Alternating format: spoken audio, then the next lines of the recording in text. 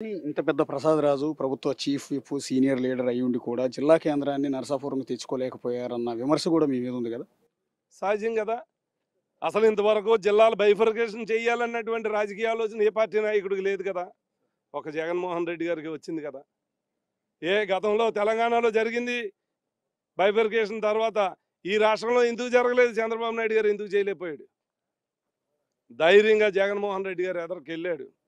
పరిపాలన వికేంద్రీకరణ, ప్రతి ప్రాంతానికి ప్రజలకి ప్రభుత్వాన్ని చేరువ చేయాలని. ఇవాళ ఇన్ని జిల్లాలు బైఫర్కేషన్ చేసుకున్నాం. ప్రతి జిల్లాలకి హెడ్ క్వార్టర్ కావాలనుకుంటున్నాం.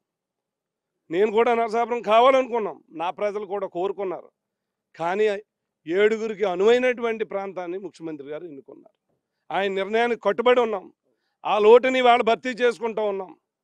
ఏదైతే నష్టపోయామన్న భావన ఉందో శాశ్వతమైనటువంటి కార్యక్రమాలని తెచ్చుకున్నాం. పలు అభివృద్ధి కార్యక్రమాలు చేసుకుంటూ ఉన్నాం. నా ప్రజలు నమ్ముతూ ఉన్నారు ఇక్కడ నాకు న్యాయం జరిగిందని.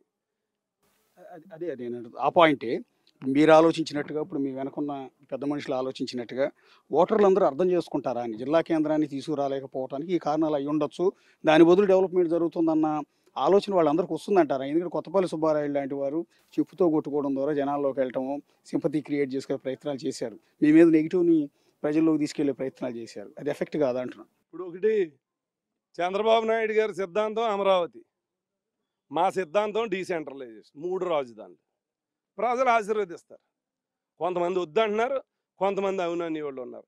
మాకేంటి, ఉత్తరాంధ్రకు రావాలా, రాయలసీమ కావాలా, అన్ని ప్రాంతాల సమగ్ర అభివృద్ధి కావాలా. ఇది వైఎస్ఆర్ పార్టీ ఎజెండా. ఇలా ఈ అన్ని నియోజకవర్గాల్లో కూడా, అన్ని జిల్లాల్లో కూడా సమగ్రంగా అన్ని ప్రాంతాలు అభివృద్ధి చెందాలి. అది ఈ పార్టీ యొక్క